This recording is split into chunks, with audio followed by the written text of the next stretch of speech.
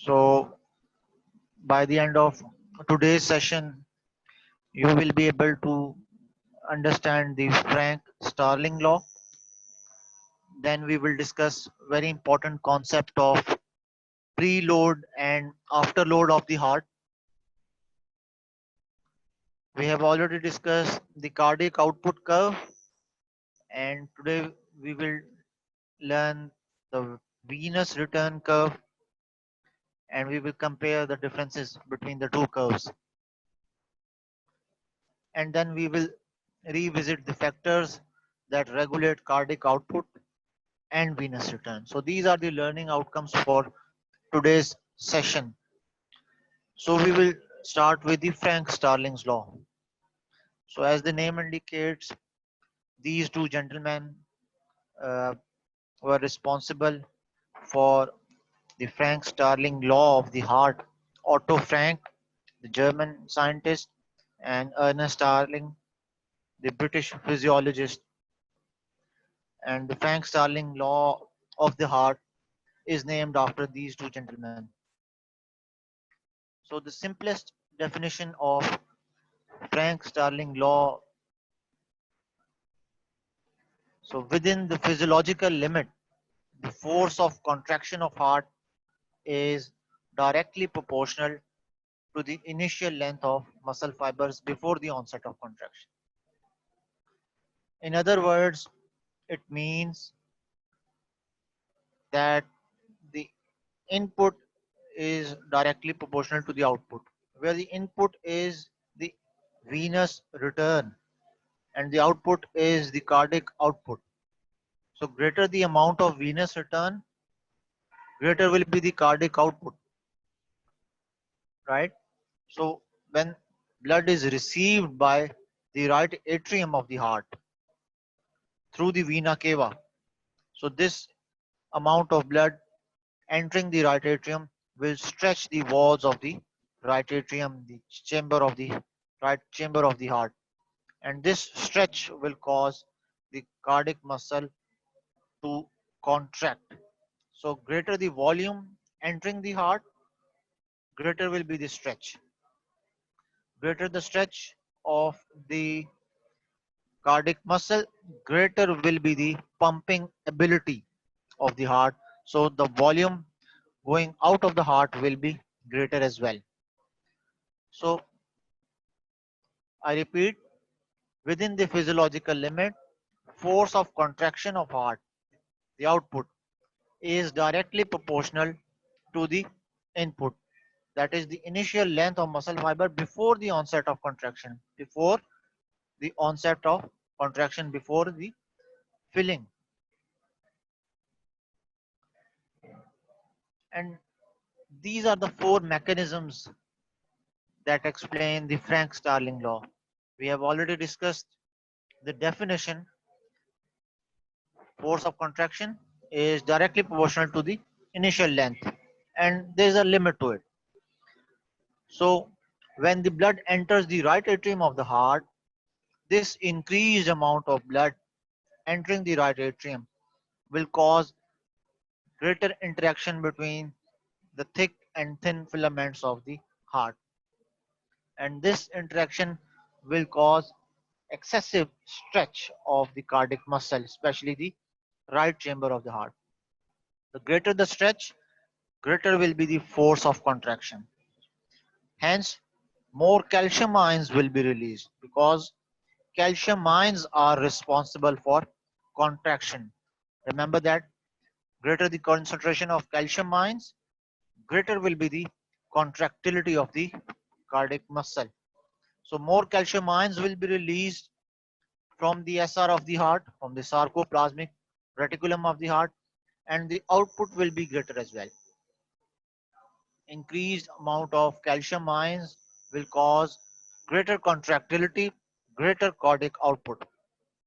So this is Frank-Starling law. So we have used two terminologies, preload and afterload, and these two are directly proportional to each other. When we use the term preload, we are referring to the venous return. So preload is the degree of tension on the cardiac muscle before the contraction, right? Before the cardiac muscle begins to contract, or you can say it is the stretching of the cardiac muscle fibers at the end of relaxation. So both definitions are correct. The tension on the muscle, cardiac muscle, that is before the contraction or at the end of diastole, right? And this preload of the heart is caused by the blood entering the right atrium during the filling phase, that is diastole. So the pressure caused by the blood entering the right atrium is responsible for preload. Greater the volume of blood entering the right atrium, greater will be the preload, and vice versa. So this blood entering the right atrium will cause stretching of the cardiac muscle fibers. Hence, more calcium ions will be released. These calcium ions will cause greater force of contraction, and this increased force of contractility will cause greater cardiac output. So we can conclude that the force of contraction of heart and cardiac output both are directly proportional to preload. If you increase the contractility, you are increasing the preload. If you increase the cardiac output, you are increasing the preload.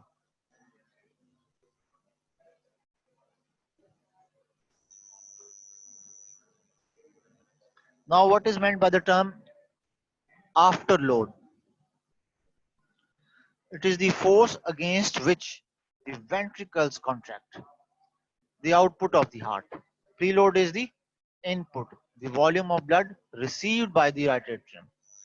Afterload is the output, the force against which the ventricles eject the blood. Or you can say afterload is the load against which the cardiac muscle exerts its contractile force. This means the afterload is determined by the arterial pressure. For example, the blood leaving the left ventricle will enter which vessel? The aorta.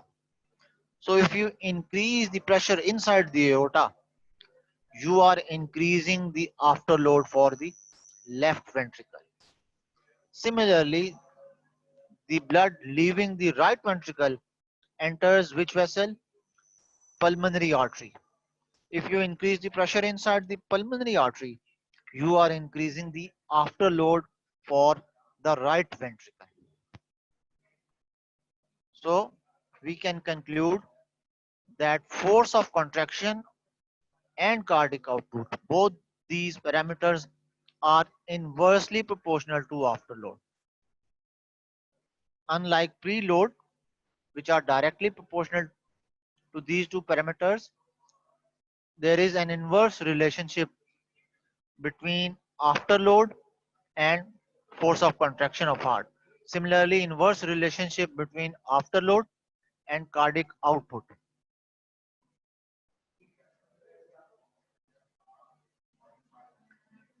So description of the same thing, force of contraction of heart and cardiac output are directly proportional to preload. If you increase any of these two parameters, you are increasing the preload.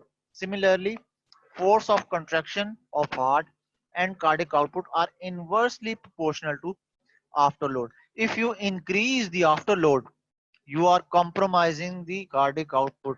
Not only cardiac output, the force of contraction. Remember, these two are not standard formula. This is for the sake of explanation. So you must remember the relationship between cardiac output and force of contraction with preload and afterload. Direct relationship with preload and inverse relationship with afterload. So suppose this is the heart, this is the right side of the heart, And here you can see the left side of the heart. And these are the four chambers: the right atrium, the right ventricle, the left atrium, and the left ventricle. And this is the receiving end of the heart, the right atrium. And blood enters the right atrium through the vena cava. Here you can see the direction of the arrow indicates the blood entering from the peripheral areas into the right atrium. This is the preload. This is the preload. And from the left ventricle, blood will exit into the aorta. Here you can see the blood will leave the left ventricle into the aorta. Similarly, blood will leave the right ventricle into the lungs via pulmonary artery. So you all know this anatomy. The idea is, the concept of afterload is to understand the pressure in these two vessels, the pressure inside the aorta and the pressure inside the pulmonary artery. The left ventricle has to eject blood against the pressure inside the aorta. Similarly, the right ventricle has to eject blood against the pressure inside the pulmonary artery. This means the pressure inside the aorta is the afterload for the left ventricle. Similarly, the pressure inside the pulmonary artery is the afterload for the right ventricle. So if you increase the pressure inside the aorta, you are increasing the afterload for left ventricle. Similarly, if you increase the pressure inside the pulmonary artery, you are increasing the afterload for the right ventricle. So there is a direct relationship between preload and afterload. If you increase the preload, obviously the afterload will increase. The greater the amount of venous return, the greater the amount of cardiac output.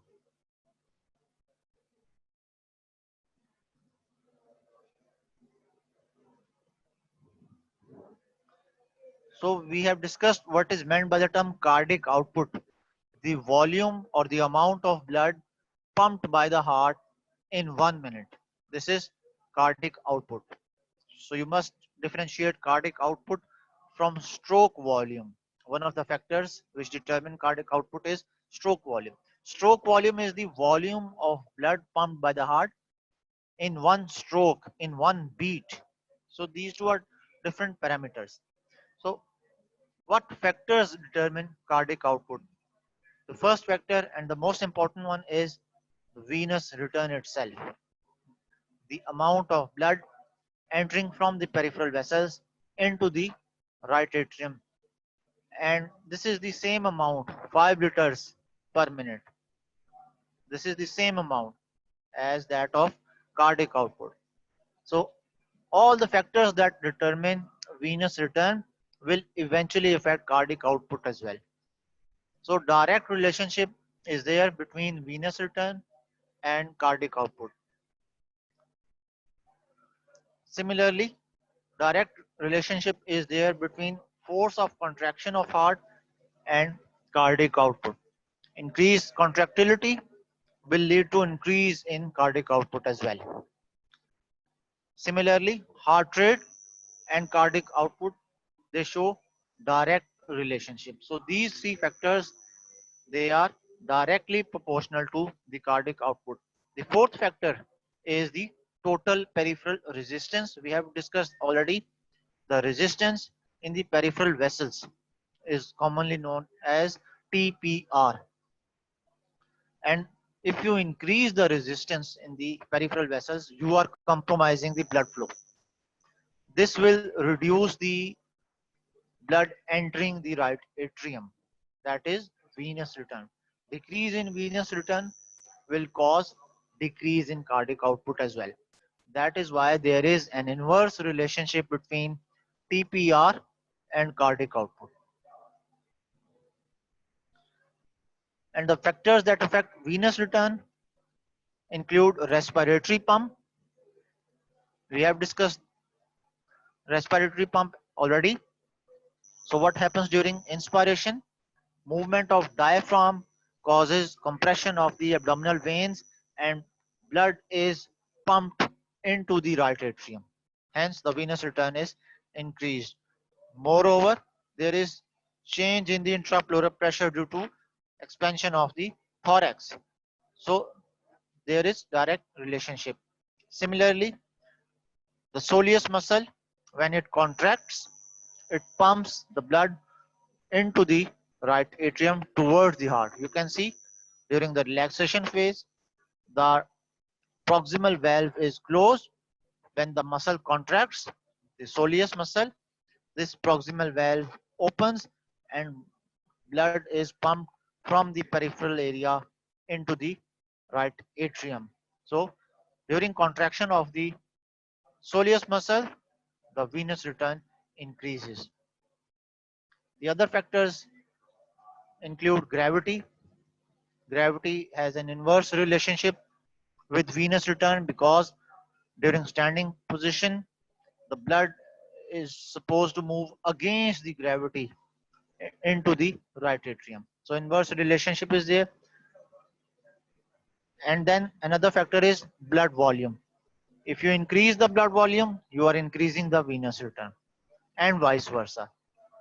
Similarly, venous pressure or the pressure gradient is also important. Greater the gradient, greater will be the venous return because the pressure inside the small venules is much higher than that in the larger veins. Similarly, the pressure inside the great vena cava is much lower than that. So venous pressure also affect venous return. Then sympathetic stimulation is responsible for the partial state of contraction of the vessels and we call it as the vasomotor tone. So sympathetic stimulation will increase the vasomotor tone, hence it will promote venous return. Then there is an inverse relationship between venous return and the pressure inside the right atrium. If you increase the pressure inside the right atrium where the blood is supposed to enter, obviously you will compromise the venous return. So inverse relationship is there between right atrial pressure and venous return. Then we will discuss another term, MSFP, mean systemic filling pressure. So mean systemic filling pressure is the pressure inside the systemic circulation when the blood flow is stopped. And MSFP is dependent on the blood volume. Remember that. If you increase the blood volume, you will increase MSFP and vice versa. So increasing the blood volume will increase MSFP, hence venous return will be increased. Then there is inverse relationship between resistance and venous return. The greater the resistance to blood flow, the venous return will be less. Pumping action of heart also directly affects venous return. Venous compliance or capacitance also affect venous return. So sympathetic stimulation, what does sympathetic stimulation do? It will cause increase in the vasomotor tone. How vasomotor tone is increased? By decreasing the compliance. By compliance we mean distensibility, that is change in volume per change in pressure. So sympathetic stimulation will cause a decrease in venous compliance, hence it will cause vasomotor tone and venous return will be promoted. So decreased venous compliance causes increase in venous return. Similarly, if you increase the pressure inside the vena cava, you will compromise the venous return. So this is the depiction of the same factors that we have discussed direct relationship between blood volume and venous return, direct relationship between skeletal muscle pump, direct relationship between the pressure gradient. Similarly, sympathetic stimulation will increase the vasomotor tone by increasing the venous pressure and decreasing the compliance or the venous capacity. So have a look at this. We have discussed all these factors.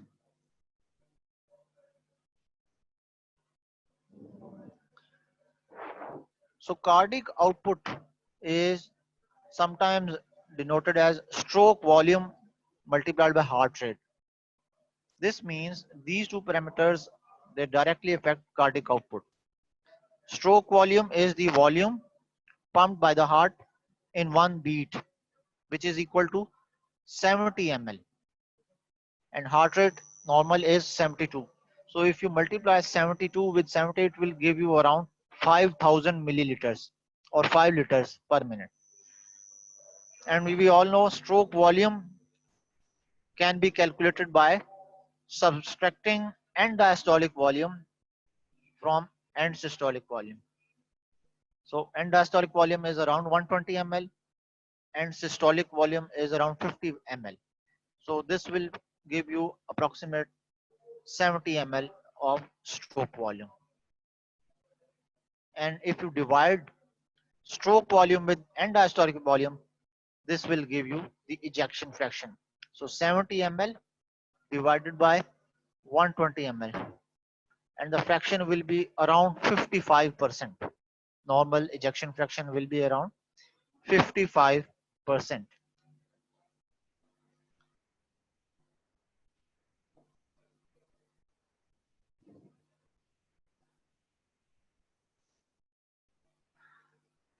So we have discussed the cardiac output curve already. Now let's talk about the venous return curve or the vascular function curve. So you can see the right atrial pressure on the x-axis and the blood entering the right atrium, that is the venous return, on the y-axis. So we will measure the right atrial pressure in millimeters of mercury. So you can see if we start from 0 millimeters of mercury, which is the normal right atrium pressure, increase in the right atrial pressure will cause progressive decrease in venous return. So as you can see the downward slope, this downward slope indicates inverse relationship between venous return and right atrial pressure.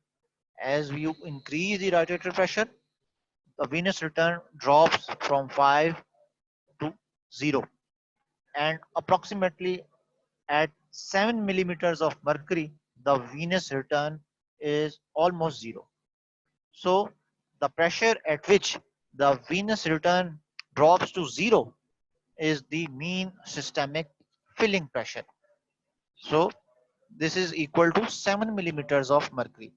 So the pressure at which the venous return is 0, or you can say this is the pressure at which there is no blood flow, when the blood flow is stopped. So when the venous return is 0, obviously the blood flow will stop, and the normal value will be around plus 7 millimeters of mercury. So inverse relationship is there between right atrial pressure and venous return. Increase in right atrial pressure will cause progressive decrease in venous return. If we go on the opposite side, if we decrease the right atrial pressure beyond 0, you can see the normal right atrial pressure of 0 will give you venous return of 5 liters per minute. Now, if you decrease the right atrial pressure beyond 0, you can see the plateau phase. So no change in the right atrial pressure. So there's a transitional zone which is around -2 millimeters of mercury. Beyond -2 millimeters, there is a plateau phase. And why there is a plateau phase? Because if you decrease the pressure inside the right atrium beyond 0, this negative right atrial pressure will cause collapse of the large veins, right?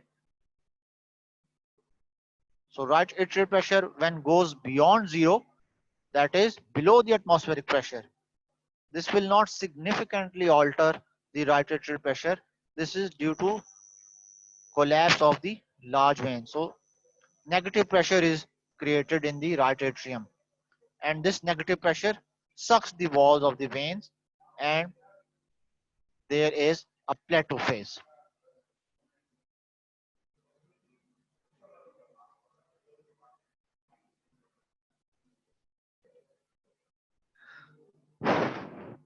Now in this figure, we have added both the curves. The red curve is the cardiac output curve. We have discussed the cardiac output curve, and the blue curve is the venous return curve. You can see the normal cardiac output is approximately equal to 5 liters per minute, and same is the value for the venous return.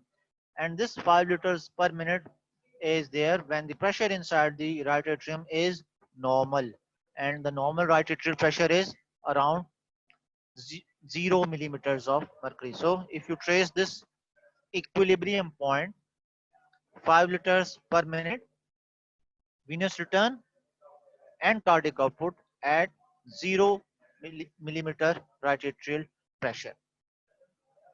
So this is the equilibrium point, and this blue curve is the venous return curve. You can see inverse relationship between right atrial pressure and venous return.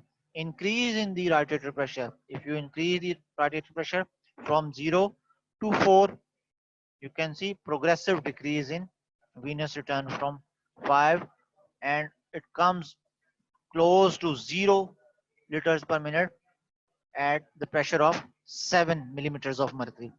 And the pressure at which the venous return is 0 and there is no blood flow is the MSFP, mean systemic filling pressure. And MSFP is dependent on blood volume. There is a direct relationship between blood volume and mean systemic filling pressure.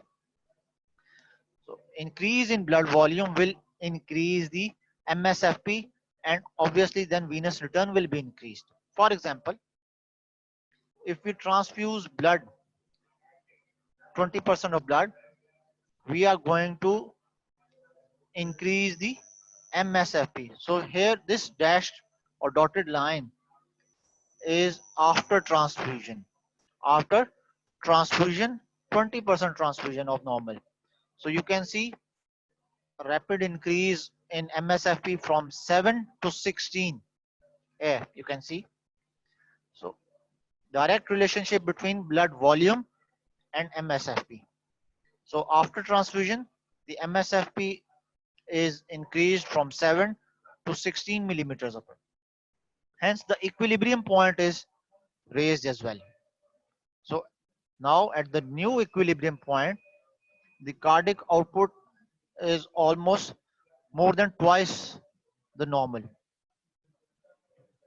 So this cardiac output is now around 12 liters per minute. It has raised from 5 to 12 due to increase in the MSFP and increase in the blood volume.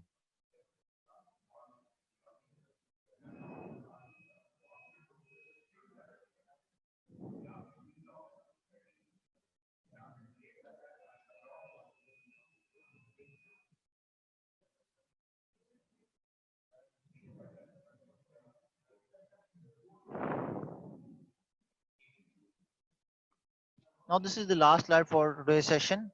You can see multiple curves in different colors. Just focus on the normal cardiac output curve in red. Can you trace the normal cardiac output curve in red? Here you can see this is the normal cardiac output curve. Similarly, this red curve is the normal venous return curve, and this is the equilibrium point point A. So the normal cardiac output is around 5 liters per minute at the pressure of 0 millimeters in the right atrium, and same is the amount for venous atrium. This is the equilibrium point. Now what we have done is we have stimulated the heart by sympathetic division of the autonomic nervous system. So if you stimulate the heart with sympathetic nerve fibers, you are going to increase the cardiac activity. Remember, sympathetic stimulation increases all the cardiac activities. It increases the force of contraction of heart. It increases the cardiac output. Similarly, if you inhibit the sympathetic supply, this will give you an opposite response. So this green dotted line indicates the response of the cardiac activity after stimulating the heart with sympathetic supply. So after maximum sympathetic stimulation, you can see the change in the equilibrium point. The cardiac output curve is raised, the venous return curve is raised as well here. So now the cardiac output is way beyond its normal level. From 5, it is almost up to 10 liters per minute. So the equilibrium point has been raised after stimulating the heart with sympathetic supply. Not only cardiac output has been raised, you can observe the rise in the MSFP as well. We have discussed that the MSFP is around 7 in normal cardiac muscle. Here you can see. So after stimulating the heart with sympathetic division, the MSFP has been raised from 7 to almost 17 millimeters per. This means if you stimulate the heart with sympathetic nerve fibers, this will increase all the cardiac activities. This will increase the cardiac output. This will increase the force of contraction of the heart. This will increase the venous return of the heart, and this will also increase the MSFP. Similarly, if you anesthetize the heart by spinal anesthesia, this black dotted curve indicates the cardiac output curve after spinal anesthesia. Here, can you trace the cardiac output curve? Here, this is the cardiac output curve after spinal anesthesia. Similarly, this is the venous return curve after giving anesthesia. Now you have anesthetized the heart. This will cause a drop in the equilibrium point. So the new equilibrium point is point B. So you can see a drop in the equilibrium point from A to B. This means the cardiac output has been dropped, the venous return is decreased. Moreover, you can observe a decrease in the MSFP as well. So the MSFP, which was around 7 millimeters of mercury initially in normal heart, it has dropped from 7 to 4 millimeters. So to conclude, sympathetic stimulation causes increase in cardiac output, increase in venous return, and increase in MSFP. If you inhibit sympathetic supply by giving anesthesia, this will decrease the cardiac output, decrease the force of contraction, decrease the venous return, and eventually decrease the MSFP as well. So this is all for today's session. If you have any questions, please let me know. Ji Nadine, question answer session. Okay.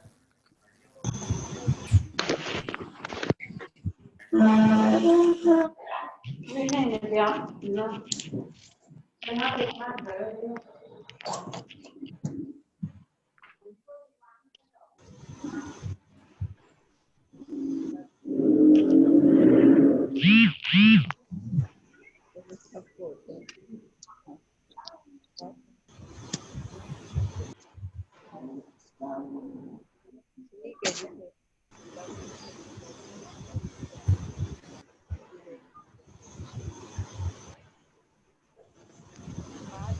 Membership send करनी चाहिए। The students, if you have any questions, please tell your name and then ask.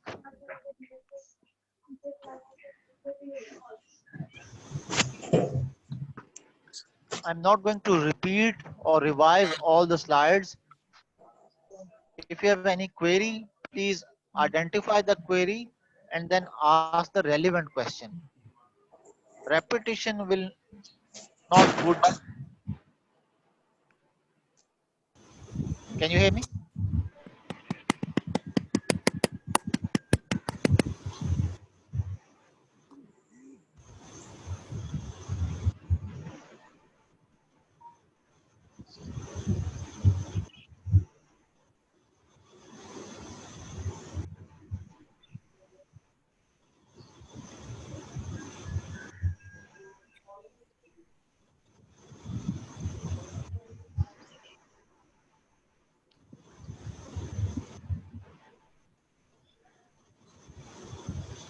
So one of the students have asked the concept of preload and afterload.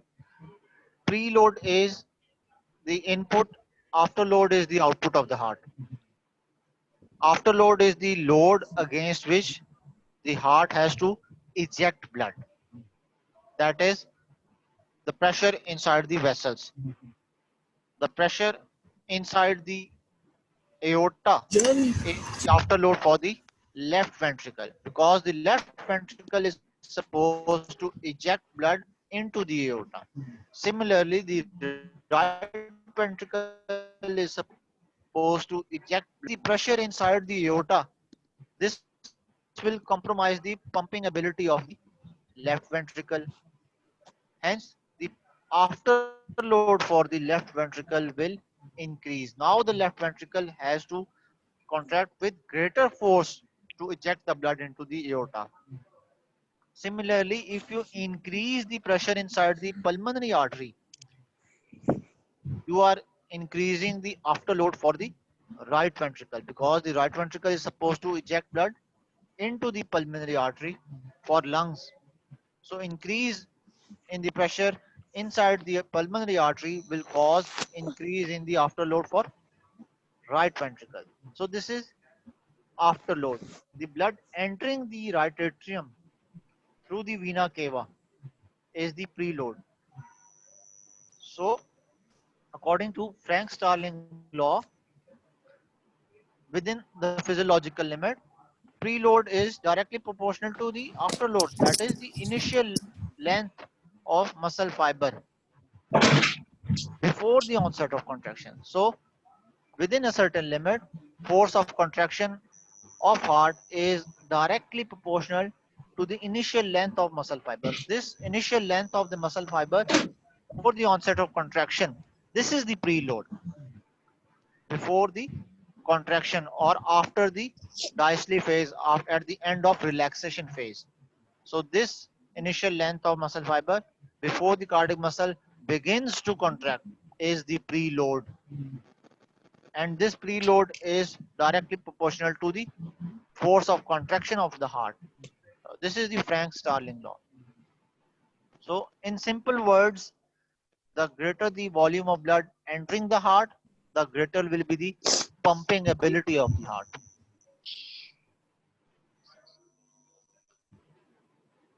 Any other question?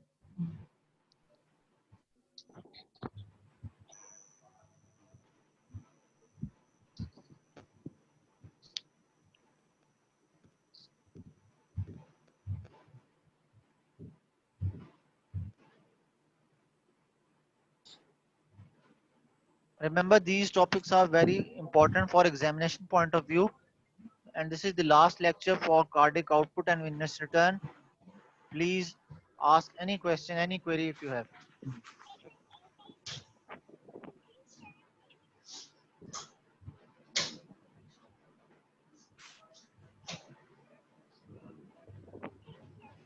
Ji Nadeem students unmute है, unmute किया हुआ है.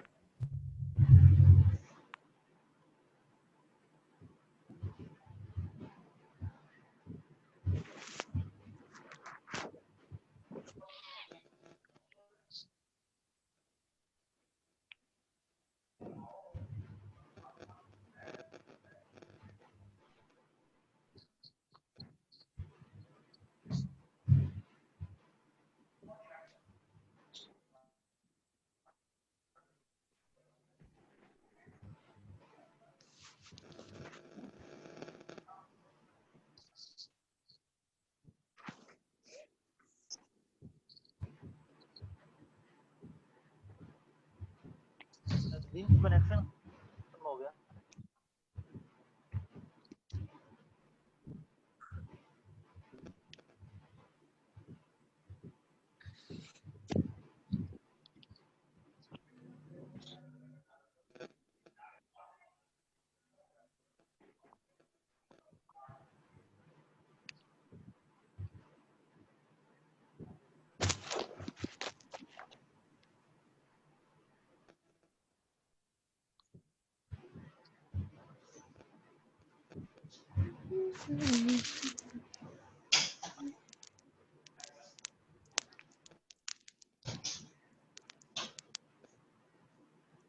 Yes, students, please.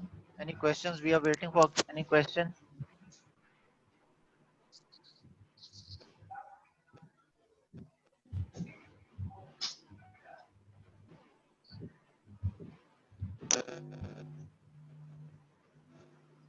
If you are listening, if you're trying to understand, there must be some questions in your mind.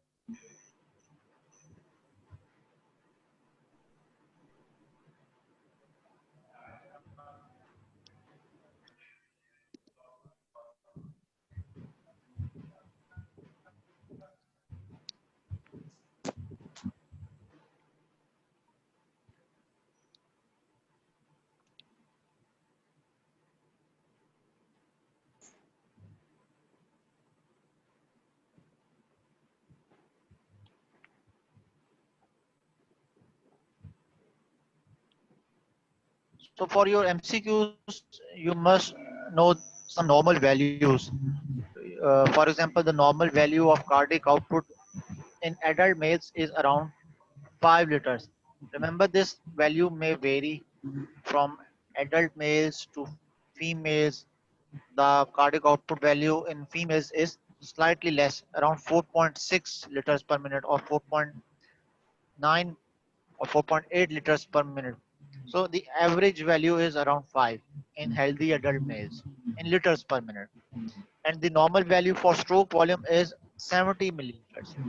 Remember, there is difference between stroke volume and cardiac output.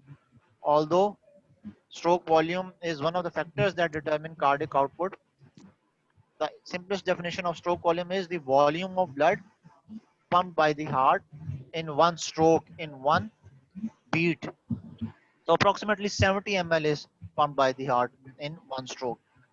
And if you multiply the stroke volume with heart rate, that is around 72. So this will give you cardiac output of 5000 milliliters. And this 5000 milliliters will be equal to 5 liters per minute. So you must memorize these values. Similarly, uh, you must know the normal values of end diastolic volume. Stroke volume is the difference between end diastolic and end systolic volume. The approximate value of end diastolic volume is around 120 milliliters, from 110 to 120, and end systolic is around 40 to 50 or sometimes 60 milliliters. So if you subtract end diastolic from end systolic, this will give you stroke volume of approximately 70 ml. Similarly, subtracting, sorry, dividing stroke volume with end diastolic volume, this will give you ejection fraction. Stroke volume is approximately 70. If you divide 70 ml with 120 ml and you take a fraction, ejection fraction has no units. This is a fraction. So we express ejection fraction in percentage form, right? So you calculate the percentage, it comes out approximately uh, equal to 55%. So now this ejection fraction depicts the pumping ability of the left ventricle. So when you see echocardiography report, there is ejection fraction mentioned on the report, and this depicts the pumping ability of the left ventricle mainly. So if the fraction is around 50 to 55%, this is normal. So you must memorize the values, and remember all these values are in adult males. The values may vary in uh, both the genders. Similarly, there is variation in age group as well. Remember, the cardiac output of an infant will be different from that of an adult.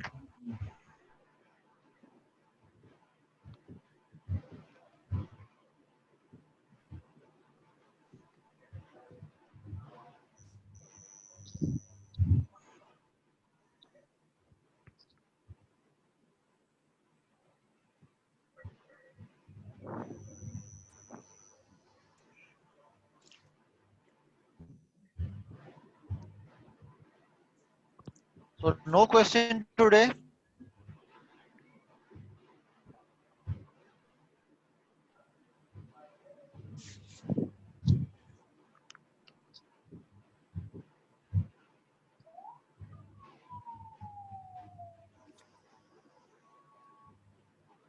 We still have few minutes.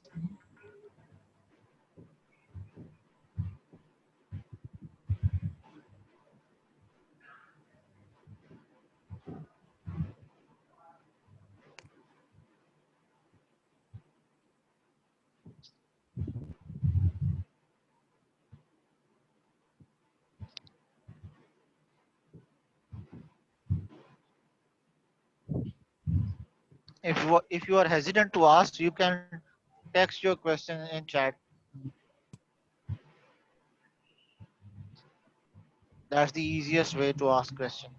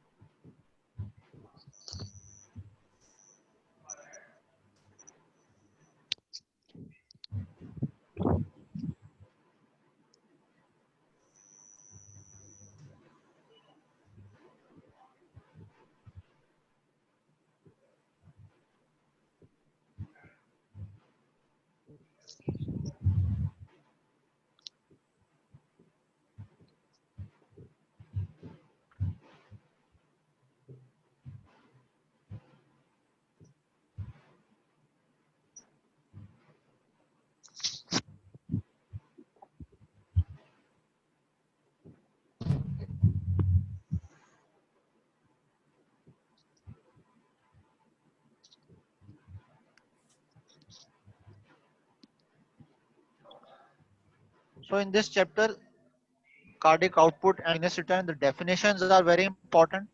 The definitions of cardiac output, the definition of venous return, the definition of stroke volume, definition of end-diastolic volume, end-systolic volume, ejection fraction. So these definitions are important.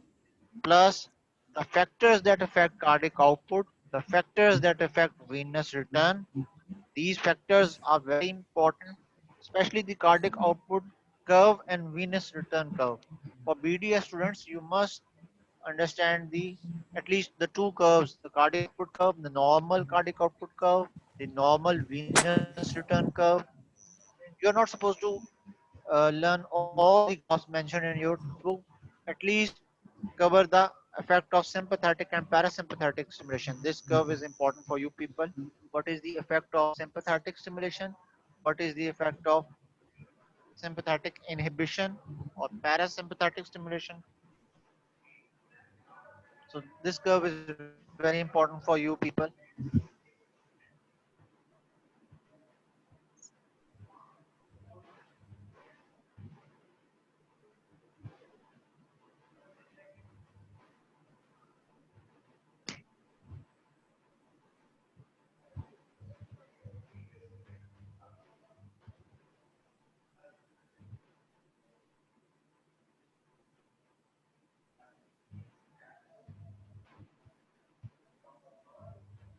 I intentionally left the last 5 to 10 minutes for the question answer session. If you have no questions, please let me know.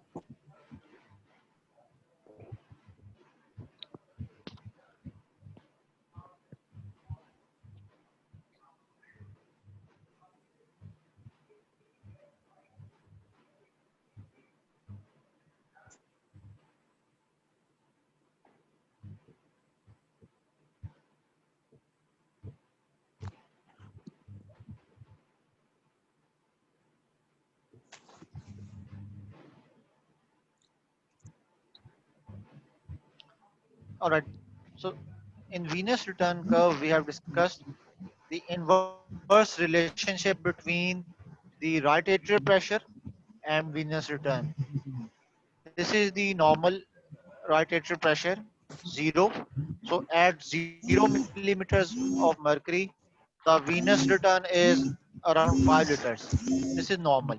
Now what happens if you increase the pressure from 0 to plus 4? You can see this downward slope.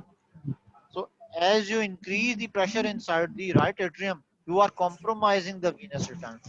Why there is decrease in venous return? Because the blood is supposed to enter the right atrium through the peripheral vessels. If the pressure inside the right atrium is already increased, is already on the higher side, obviously the blood entering the right atrium will be compromised. Hence there is inverse relationship between right atrial pressure and venous return. So normal right atrial pressure is around 0 and the venous return is 5 liters per minute. So if you keep on increasing the right atrial pressure till the point the venous return drops to 0 here, this is the mean systemic filling pressure. The pressure inside the systemic vessels when the blood flow is stopped is called the MSFP or the mean systemic filling pressure. And this MSFP is dependent on blood volume. If you increase the blood volume, you will increase the MSFP. On the opposite side of the venous return curve, you can see there is a transitional zone. If you decrease the right atrial pressure beyond 0 at around -2 here, you can see the transitional zone at around -2. So after this transitional zone, there is a plateau phase. So further decrease in the right atrial pressure will not alter the venous return significantly. And why is this plateau phase? Because of the negative pressure created inside the right atrium. And this negative pressure will suck the blood against the walls of the veins. So this will cause the collapse of the large veins. When the veins are collapsed, there will be no change in the venous return, right? So negative pressure inside the right atrium will cause collapse of the large veins, the vena cava, and there will be no significant change in the venous return amount. That is why we observe a plateau phase if you decrease the right atrial pressure beyond 0 in the negative side. Any other question?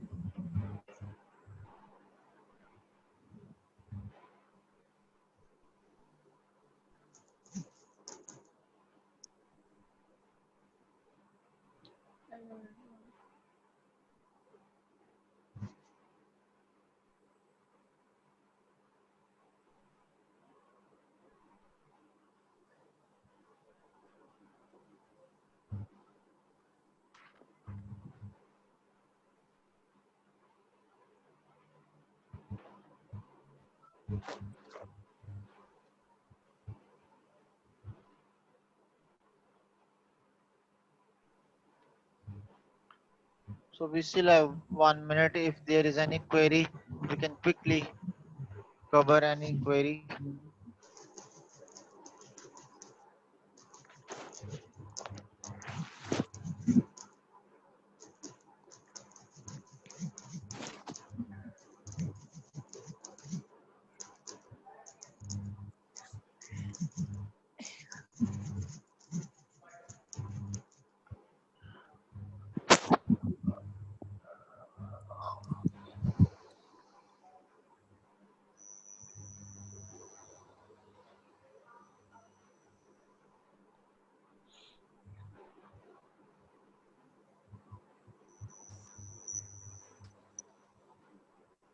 So relationship between force of contraction of heart and cardiac output with preload and afterload. We have discussed this quite a few times that the pressure inside the aorta is the pressure against which the left ventricle has to eject blood. And this is the pressure against the pumping ability of the left ventricle, and this is the afterload of the left ventricle. Similarly, the pressure inside the pulmonary artery is the afterload for the right ventricle, because the right ventricle is supposed to pump or eject blood into the pulmonary artery. So if you increase the pressure either in the aorta or in the pulmonary artery, you are compromising the pumping ability, you are compromising the force of contraction, you are compromising the cardiac output. If you increase the pressure inside the pulmonary artery, you are compromising the pumping ability or the force of contraction of the right ventricle. So an inverse relationship is there between force of contraction of heart and cardiac output with the afterload. But there is a direct relationship between these two parameters with the preload, right? So if you increase the preload, you are increasing the cardiac output. Preload is the venous return. If you increase the venous return, the contractility will increase, the cardiac output will increase. So there is a direct relationship between preload and these two parameters, and an inverse relationship between afterload and cardiac output.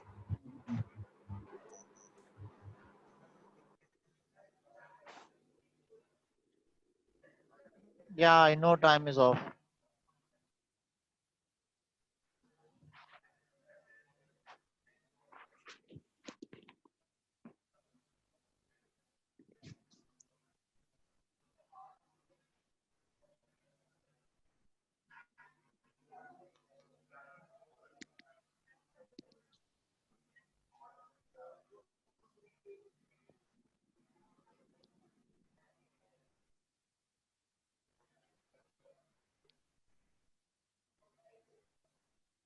Okay, thank you. Allah Hafiz.